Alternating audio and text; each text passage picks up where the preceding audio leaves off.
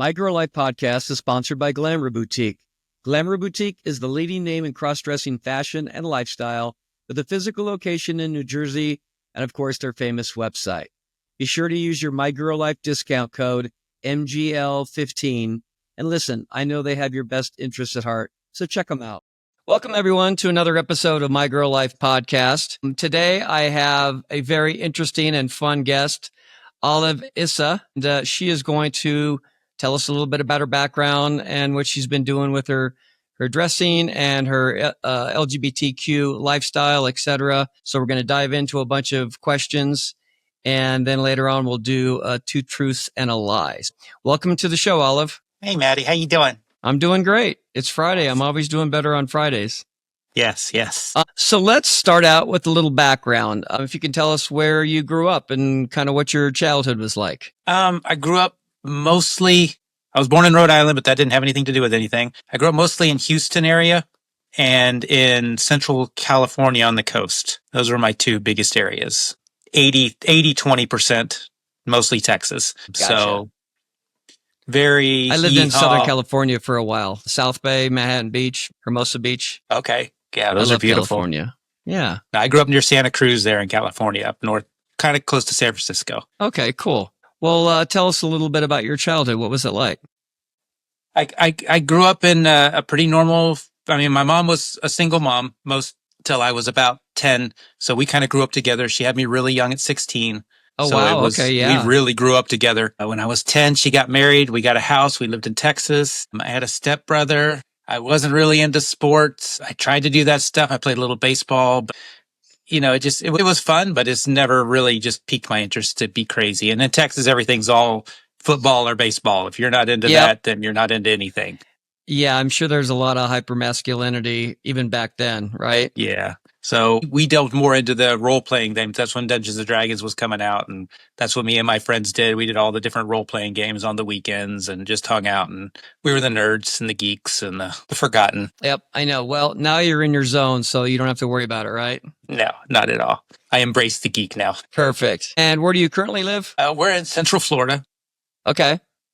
2 hours north of Tampa, an hour south of Gainesville, just in that general. We're out in the country. We're not right next to anything. So what brought you there, and why out in the country versus, say, in the suburbs or city? Well, my wife, Daddy, had an accident when she was in Honduras, and she has a bunch of metal plates in her arm. And when it gets cold, she is in a lot of pain.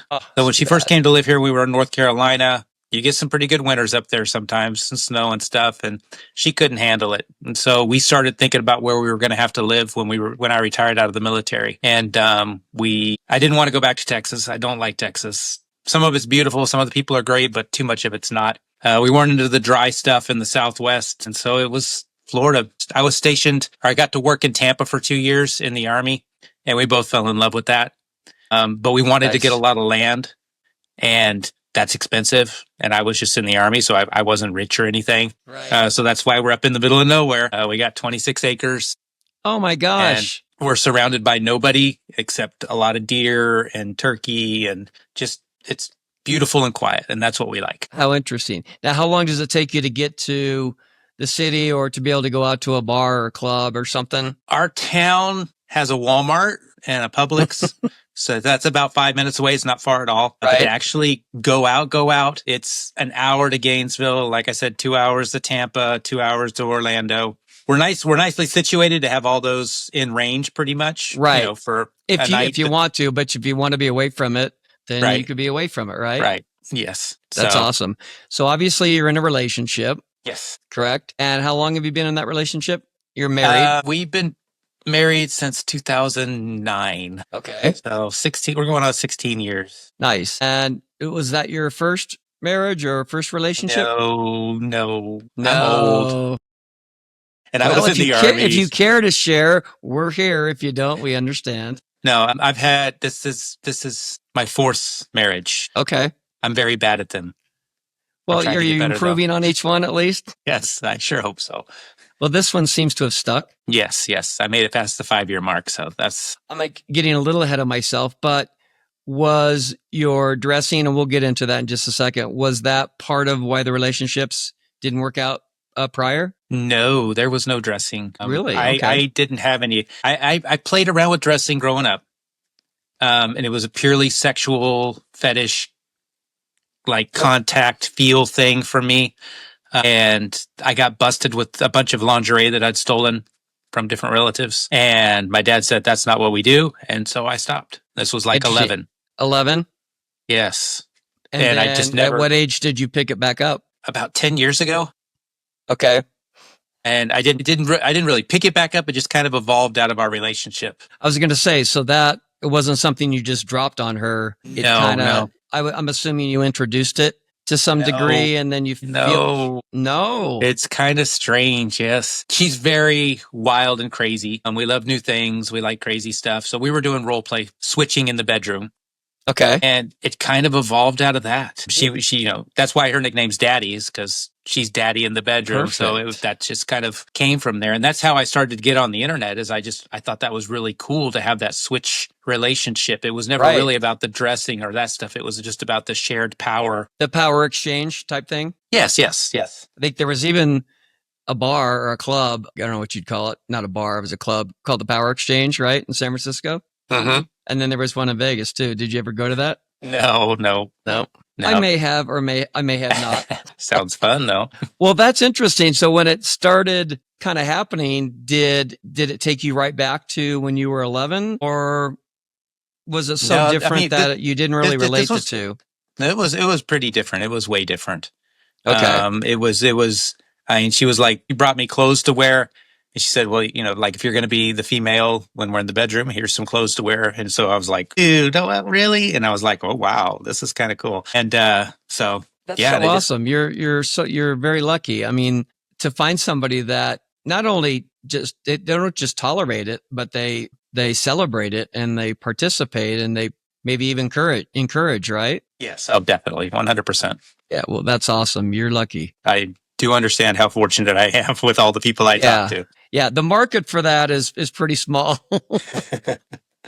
Any kids? I have 3 boys.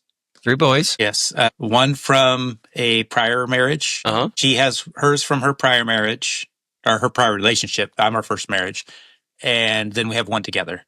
So nice. 18, 19, and 11. Nice. And do any of them know about Olive? Everybody knows about Olive. That's nice. Yes. How did that go down? Well, I was planning on it, of course, but about 2 years ago. Let me ask you a quick question. How long did you plan it before you, because I haven't told my boys yet, right. Most of my friends, my family, and I've gotten up the nerve a couple times to tell them, and then I chickened out. It wasn't the right time. I was going to be telling them by the end of the year. This was around August, and it was just something that Olive was getting to be too big to be. You mean the end of this last year? No, this was 2 years ago. Okay. It was getting near the end of, I was going to do it by the end of the year. I didn't really know why I wasn't doing it, but my middle son came and said, "Hey Dad, you got some really cool TikToks." And I don't have a guy TikTok account. So how did he find okay, it? Stop. Cause he was with his mom in Pensacola. So I was like, okay, stop. Full stop. Yeah, just stop. I'm going to FaceTime you here in a minute. And so I got the other two boys with me. I got the FaceTime out. So all 3 of them were there. And I had the conversation. I was like, "Hey, this is just something I really like to do. It's a part of me. I don't know. I don't have all the answers, but you can give me any questions and I'll be happy to answer. None of us really have all the answers, right? No. Did they ask a lot of questions, or they just kind of took it as face value and then moved on? Yeah, they were ridiculous in that it was like, really, that's it? That's the big secret? Because they were probably worried that you were going to tell them you were sick or something. We always played that there was a big secret that me and Mom, we went on these vacations, we went and did these things. We played it off that we were furries. We were like, oh, we're just furries doing crazy furry stuff. And we weren't. We've never done anything like that. But it was just a funny thing to say. And so when we said, I like to dress up as a girl, both my kids are like, what? The 2 oldest ones were like, that's it? That's what you want to tell us? Okay. Whatever. My youngest was okay. That's cool. It's taken him about a year, I would say, to be normal with it and not be like. Do they ask questions? Do they talk about it, or because I'm always glad when I tell somebody that I don't want them to bring it up every time we talk, but if they can talk about it or even maybe joke about it or whatever, it tells me they're comfortable with it. Right. No, I agree. Yeah, I talk with the two older now. They're doing their own thing. But the youngest one, we talk sometimes. Nothing real deep or anything. I don't know. He doesn't ask deep questions when it comes to this. I don't know. It's just a part of who I am. So I think that's normal, especially at that age. And then on top of that, he's a boy, and that's probably pretty normal. But that's a good outcome. That's a really good outcome. So how out are you to your circle of friends and other family, or just your environment? Most of my family knows. I'm not keeping it from anybody. It's not a secret. You're not handing it to them, but you're also not trying to desperately hide it. Right. I don't. I mean, my dad knows. My mom knows. Her husband knows. Aunts know. Cousins know. The people I interact with, I tell them. But if I don't interact with them, then I don't. That's exactly how I think. If it was because I interact with people, and then every time we got together, they're like, well, what's new with you? What have you been up to? And I just found myself lying about what I did on the weekend and making stuff up or being vague. And the people I really cared about, I felt like I was growing distant from them. And I could have kept just being vague, but I didn't want to do that for that relationship. And so when I told them, it actually made us closer. Yes. Some of them started sharing some vulnerable stuff about them and made us even closer. It was really nice. Yes. It's the empathy bar goes up when they realize that we're putting ourselves out there and giving them that trust. Absolutely. And there's things they want to, maybe not specifically this, but they want to do or show or just be more true to themselves. And I think it gives them inspiration. Right. That's my biggest thing since telling the boys is just to be honest and open about everything to them and to everybody else who has any questions about it. Because I don't know what I'm doing. I'm just having fun. This is just what I like to do. Right. So when you came out to them, was it in pictures or just you told them verbally, or was it in person, or a mixture of? I showed them a couple TikToks that I had done, but it was mostly just sitting there talking to them. Okay. Yeah. Most of the, my legacy friends, my older friends and family, I just came out to them in pictures. They have not seen Maddie in person. My newer friends, some of them I met as Maddie, and then I had to come out in boy mode to them, kind of the opposite. But yeah, I'm always curious and I also want to show them pictures because I don't want them to just picture Jim in a dress. God only knows what they're going to picture. And I'm proud of what I look like and what I've accomplished. And so I sometimes I'll tell them, it's like when you tell your kids, you talk out of two sides of your mouth when they're younger. You're like, look, you're too young to have sex. But if you do, wear a condom, right? Make sure you have a condom. So you're telling them truth. So I'm like, please don't share this with anybody. But if you do, make sure you show them one of these pictures. So that's my insecurity. They all see me all the time as Olive. It's not something that I work to hide from them. That's great. Good for you. I just picked my kid up from school as Olive today because this was so close to the pickup time. I do it like once every 2 weeks, every 3 weeks. I'm picking him up as Olive. Is it just nonchalant? He just doesn't reference it. It's just like, okay. Yeah, it's no big deal. That's awesome. So let's go back to the dressing when you were dressing and putting on clothes. I don't know if I'd call it full dressing, obviously, but when you're 11? Yes. Where were you doing that, and what articles of clothing were you putting on? Was there anything specific that you really liked in terms of articles? I love the lacy things. I love the silky things. Like I said, I was a texture fiend. It wasn't how it looked at all. I never really, even as a guy, I never looked at myself in the mirror. I didn't do it then when I was doing that. I wasn't like, oh, I look pretty. I like how this looks. I just liked how it felt. So that was my thing. I can totally relate to that. I had an aunt. We stayed in California at my aunt's house, and she had a little heart-shaped basket in her bathroom. And in the top was a Fredericks of Hollywood, which in the 80s was gold for somebody my age. Oh, yeah. And underneath, there was a beautiful matching bra and panty set with garters and hose. And it was just right there. I can see it in your eyes right now. You're back. It was right there. And so, yeah, I would sleep in it sometimes underneath my clothes kind of thing. Not a lot. I would say 4 or 5 times, but it was a very memorable moment for me. Right. I remember the earliest time, I don't know if I was 9 or 10, right around that same age. And it was the same for me. It was the textures, the feel, and the best adjectives when people asked me to describe it was soothing. For the lack of a better adjective, it just was soothing. I'm not sure why. And and it wasn't sexual back then at all. I didn't even think about that. It's too early in age for that. But as I got older, I can relate to the putting the clothes on, and it's just more of a sexual type thing. Right. At first. And then, Well, of course, I hit it puberty grows. pretty early, so that's kind of timed at the same time. Okay. And they say that when you go through puberty and you experience something that turns you on or whatever, especially for a male, that tends to stick. It locks in there. It locks in there. Exactly. I think that's definitely true. So I was going to ask you if there was gaps in your dressing. Obviously, there was huge gaps in your dressing. Did you ever 30 years or so? Yeah.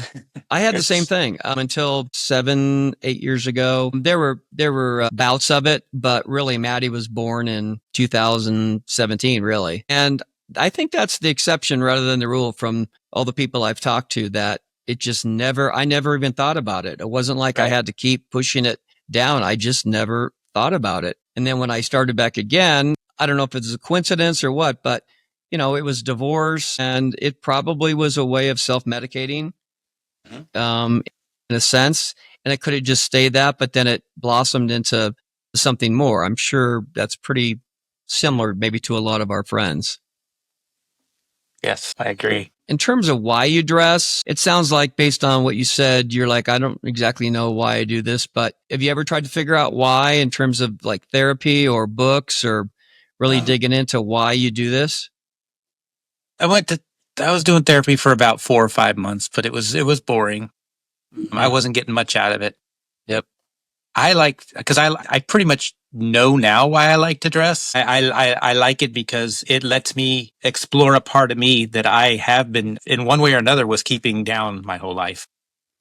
Describe that part of you that you were referencing. So I've always been different from everybody else. When I was in the military, I was the guy on the team that people would come talk to about their kids, about their wives, about their relationships. I was the guy that had that empathy that everybody felt like they could talk to, and I was always being that sounding board for people. It goes back to the music tastes in the 80s and 90s. It's the goth stuff. It's all just little pieces fitting together that let me know that this is a lot. You were destined. This was a big part of me that was waiting to come out. So I do it because it makes me feel good. Do it because I do it because the environment is so counter to it. And so I'm in a safe place. I'm normally a heterosexual guy. I'm a white guy, so I can go anywhere and do anything. And in this world that we're in, a lot of people in our community are heavily given shit and whatever else. So I feel that part of my responsibility is because I can handle that stuff. I want to receive that negativity from people so that we can start conversations, so that I can start conversations. You have the capacity to absorb more. Yes. I just was in an exchange on Facebook earlier today, talking about trans women who have transitioned, and I have felt it in my experience that they look down on crossdressers and are not as equals, and sometimes they even show it. And that was what the comments were about. And it's not lost on me what somebody who has transitioned has gone through that we don't have to go through. I know. And they can't just take everything off at the end of the night and live as a straight white male in society. And especially in this new environment, that's a huge luxury. So I always say, well, we're living with it. We don't have to live it. And that's a big difference. It is. And my heart goes out to everybody that's had to make those decisions, especially the ones that have to do it alone, and live that life and be themselves. I don't consider myself, going down the transitioning road, but I feel like they're still a part of my family, and I still want to do everything I can to take care of them. Absolutely. Yeah, I think it's one big trans umbrella, and I refer to myself as trans. If somebody wants to know, I'll clarify. And people do ask me what's the difference between a trans woman and a crossdresser, or et cetera, et cetera. And I'm more than happy to explain. But sometimes it's just convenient to say trans without getting into the cross-dressing. Yes. And I still think cross-dressing has a negative. What's that? Now that people know what it means. Yeah, unfortunately, they really know what it means. Right. Well, they don't know what it really means, a lot of them, but. Yes. I think cross-dressing, I don't know, maybe it's just me, still has a little bit of a negative connotation or a stigma. I mean, technically, transvestite is what we are. Yes. And I hate that word. I mean, maybe it's the time we grew up, but I would never use that word. But technically, that's accurate. But sometimes terminology can be important. But I hear you on your point about we don't have to worry about our passports and our IDs and a lot of things that our sisters have to worry about. Right. Thanks for pointing that out. Have you ever dived into, do you know what autogynephilia is? Do you know that theory? No.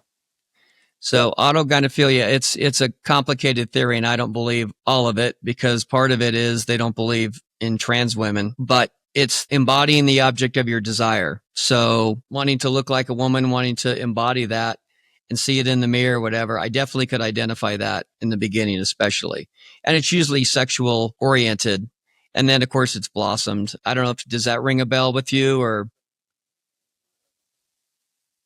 Yeah, I think about that. I have thought about those subjects. Of course, like, why do I like this so much? What does it do for me? What is my end goal? All those kinds of things. Right. But I don't think that that's it. Well, I discovered a term called gender envy recently. And I think that way more describes my situation, because when I see a woman, of course, I would like to be with her if I'm attracted to her. But there's a big part of me that wants to be her rather than be with her. And if you read about gender envy, that just seems to fit me more. And I did a blog article and an episode on that, and I think a lot of people related to it. So, okay, yeah, you might want to check. I'll check it out, definitely. Yeah, check gender envy out. In terms of social life, so you're kind of removed from, say, going to bars or restaurants or whatever. But what does your social life look like? What does Olive's social life look like? Yeah, I also wanted to hit on like my old friends. I was in the Army for a long time. And so we have really good friends, but every 2 or 3 years they change out because you move to a different base. They do whatever.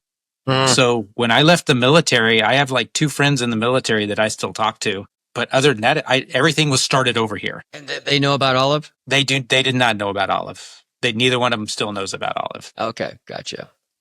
It's not, I don't know. It just hasn't come up that I feel comfortable. You said, you probably don't see a reason to do it. It's not like you see them all the time and having in-depth conversations, right? Right. So for like the social life, the friends, the only friends that I really have are Olive's friends. I mean, I have a neighbor that I hang out with sometimes, but that's just to work on our cars kind of thing. Well, it's way more fun to be Olive and Maddie.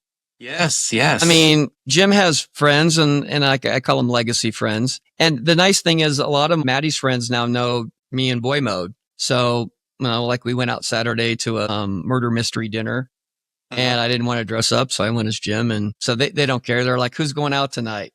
Which is really nice that they know both and they know everything about me. But it's really nice when somebody knows both and you're not having to hide it, right? You feel even more connected. To look at your videos, it just seems like you're just out and about and always doing social stuff or whatever. And I love your videos, by the way. I think we try to get out at least 2 to 3 times a month. Okay. Instead of just taking pictures here in the house, but like go to dinner or go watch a drag show or go to whatever. Just get out. Go to a movie. Nice. I think that's good. And then doing some videos and having fun with it. Yes. Love your energy. When you go, I'm assuming you're going to use the women's bathroom? Usually no. What bathroom do you use? Boys. You do? Yeah. I don't care. And what does that feel like? I mean, I watch how close people get behind me, but other than that, it's not really anything. It's just like I said, I'm there to show who we are. And it doesn't bother me to go in the boys' bathroom. It doesn't bother me to go in the girls' bathroom. Make that decision. Did you have a bad experience in the women's, or you just never really felt comfortable going in the women's? I'm comfortable going in the women's, but I go in the men's on purpose. We've got the laws coming here in Florida. For the state and federal stuff, you have to use certain bathrooms. So I'm like, whatever. I'm not going to think about that. I'm just going to go to whatever same bathroom all the time. It's not like if Daddy was going to the bathroom and she wanted to work on my makeup, I'd go right in the girls' bathroom. I'm not worried about that. But like when I'm going to use the bathroom, I go to the boys' bathroom. But if you're you have your choice, whatever, you'll go in the men's room. Yes, that's. And have you ever had any issues or anybody say anything? Nice.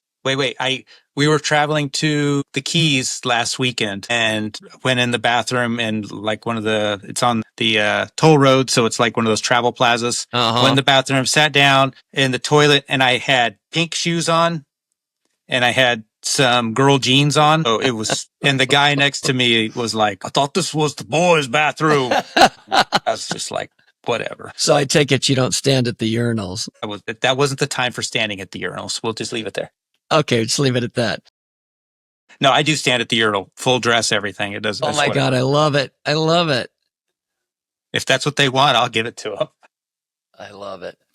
So, okay. So let's talk about your social media, which I'm a fan of, and tell me about your videos and your YouTube channel and how you decide what you're going to do for videos. I have a feeling it's spontaneous because I just see you as that kind of person. I don't know that they're necessarily planned, which makes it fun. But so tell us about your social media life. Some of the bigger ones got to be planned. There has to be a lot of work put into it. So they're rare. Usually Daddy and I will send each other Instagrams or TikToks we like, and we have a special folder we put them in that we might revisit later and try and do them, kind of thing. The other stuff is just being silly wherever, whatever. So yeah, and it's mostly just about trying to show that this kind of relationship can be totally normal and it's not a big deal. That's the underlying thing. Everything I do is the underlying thing is we all started this just to try and make our relationship style more normal by just showing some of it.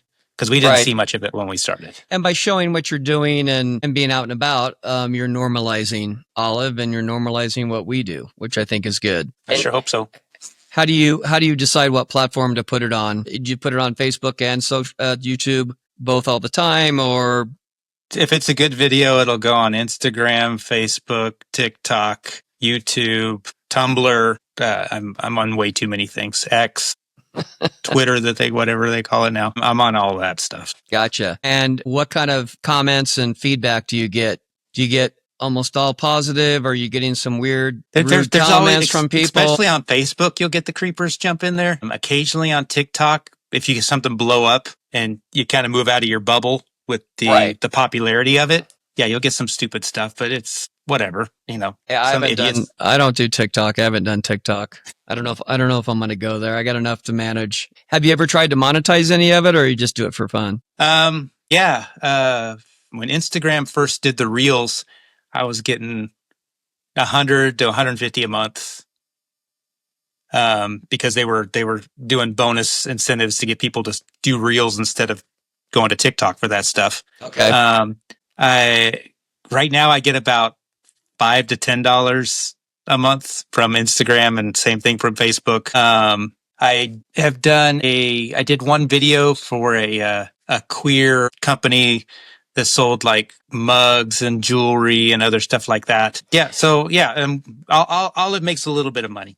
Not a lot. Okay. A little bit. Nice. My friend calls it little bubblegum money. Yeah. Little running around money. Understood. So what does the future look like for Olive? Just keep doing what you're doing and see where it goes. Do you have any plans? I'm just waiting to just blow up and take over the world, No, I'm just keep having fun. Just keep having fun. If it's not fun anymore, then we'll move on to something else. If I don't feel like I'm having an impact anymore, I'm going to move on to something else. Olive's a lot of work sometimes, and you're not always going to be in the mood for it.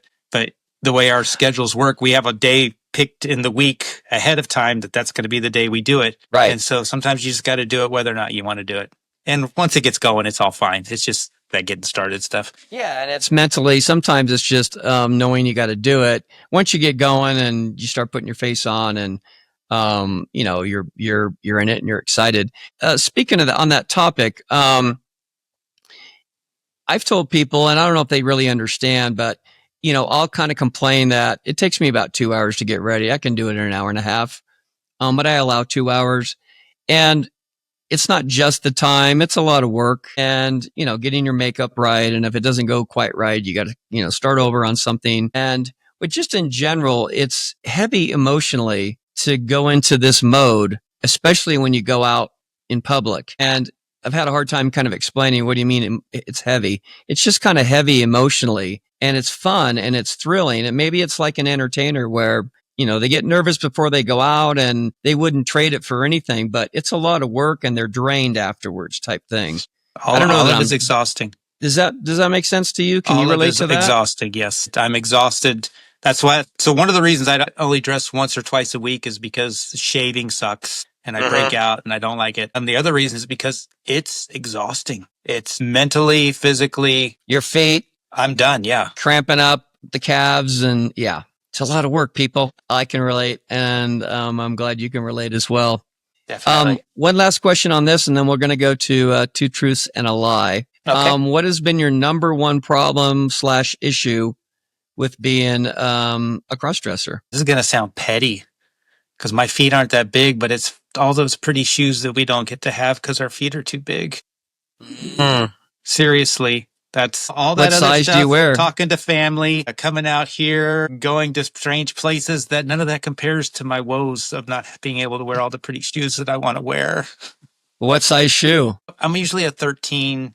I can do a 12 sometimes in women's, but usually a 13. Yeah, that's a little tough. Yeah, and it's heartbreaking because there's such cute. My wife's got like 150 pairs of shoes. They're all gorgeous and beautiful, and I'm stuck with what I can get, basically. Right. How many pairs do you have that you can wear? Well, there's two different kinds of shoes. There's picture shoes. 30 or 40, only 30 or 40. There's picture shoes, and then there's shoes that I can actually walk in. Absolutely. Amen. I would say I probably have about 20 picture shoes and probably 30, maybe 40 wearing shoes. That's what all this mess is back here. I don't know about you. I've found myself, as the years go by, I will start to wear the same shoes and my go-to comfortable shoes. Yes. And then You once get in a your while, I'm favorites. like, yeah, exactly. And they're comfortable. And I've even started wearing, I never wore tennis shoes, flats, although they're platform, Pumas. Yeah, I'm down with those now too. After so many years of your feet. And I think I've got arthritis in my toes from all the years. So yeah, there's definitely a price to pay. Like we said, it's a lot of work. It's not just the getting ready part. All right. Well, let's do two truths and a lie. If people are not familiar with it, Olive is going to make 3 statements. 2 of them are going to be true, and 1 of them is going to be a lie. And if you want to guess on which one's the lie, you can email me at maddysometimes@gmail.com, maddysometimes@gmail.com, and let us know what you think is the lie. So with that being said, Olive, let's hear your 3 statements. All right. My 3 statements. We'll start with this. After 4 years of drama in high school, I majored in it at University of Texas. But I left my 3rd year when 9/11 happened to join the military. Okay. Second one is, when I left the military, I wanted to be a school teacher. So I went back to school.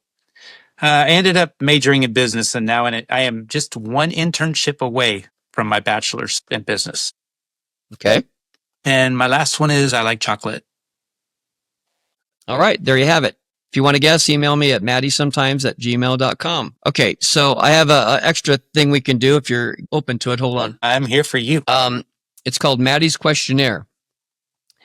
And I have a series of questions about, they'll be for Olive, really, about the dressing. And then another one's more general. And I'm going to fire them at you. And if you can answer them as quick as you can think about it if you need to. But Okay. yeah, and just kind of short answers.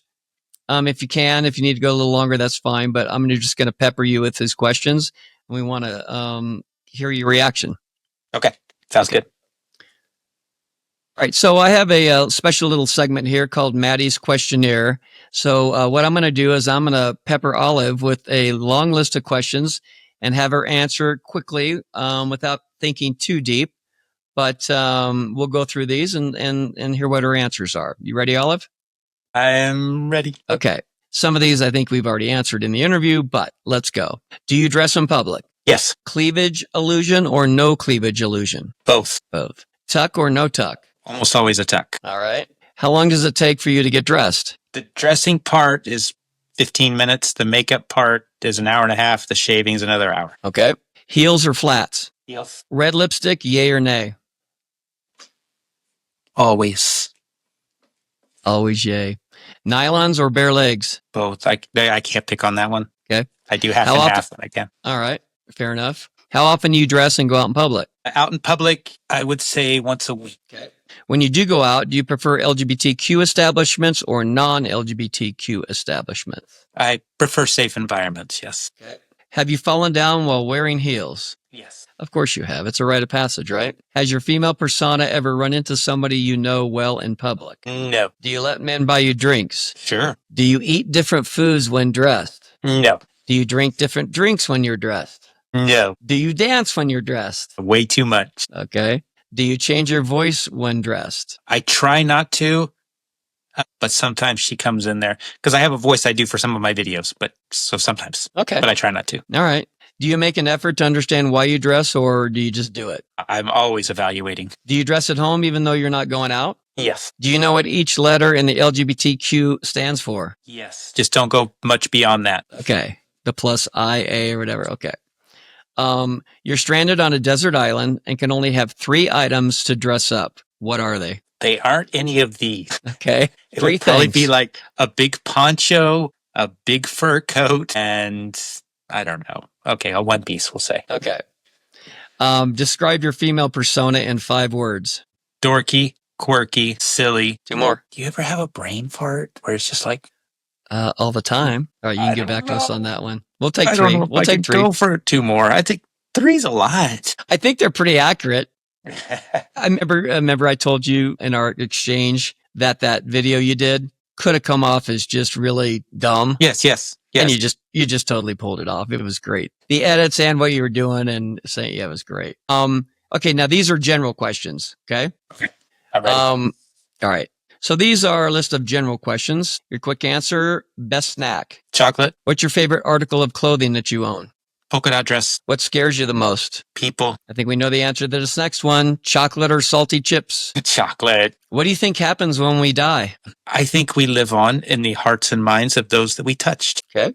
Chick flick or action movie? Action movie, Favorite smell? vanilla, Most used app on your phone? Instagram. You get one song to listen to for the rest of your life. What is it? Now, you don't have to listen to it nonstop, but you only get to, when you want to hear music, you only get to hear one song. What is it? Comfortably numb. Nice. Love that. It's long. It has a bunch of different things in it. You know, Every time I hear that song or somebody says it, I remember somebody came into my room and said John Lennon had just been shot. And I was listening to that. And I might have been a little high. You're stranded on a desert island and can only have 3 non-olive items. What are they? Oh, yeah. I think I already did those. You already did. How Yeah. about you're stranded on a desert island, you can only have 3 olive items?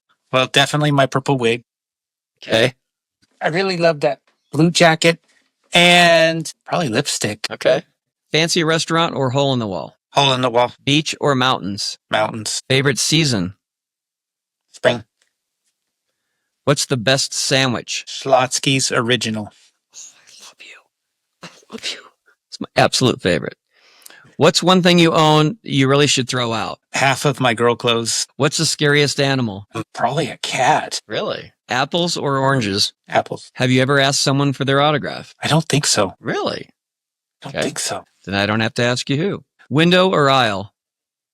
Window. Okay, last one. Describe the rest of your life in 5 words. Ooh. Way too long. Super loud. Oh, wait. I was supposed to use how many words? It doesn't matter. Long, loud, crazy, educational. I think 3's your limit on these. That's awesome. Thanks for sharing. That's great. Appreciate it.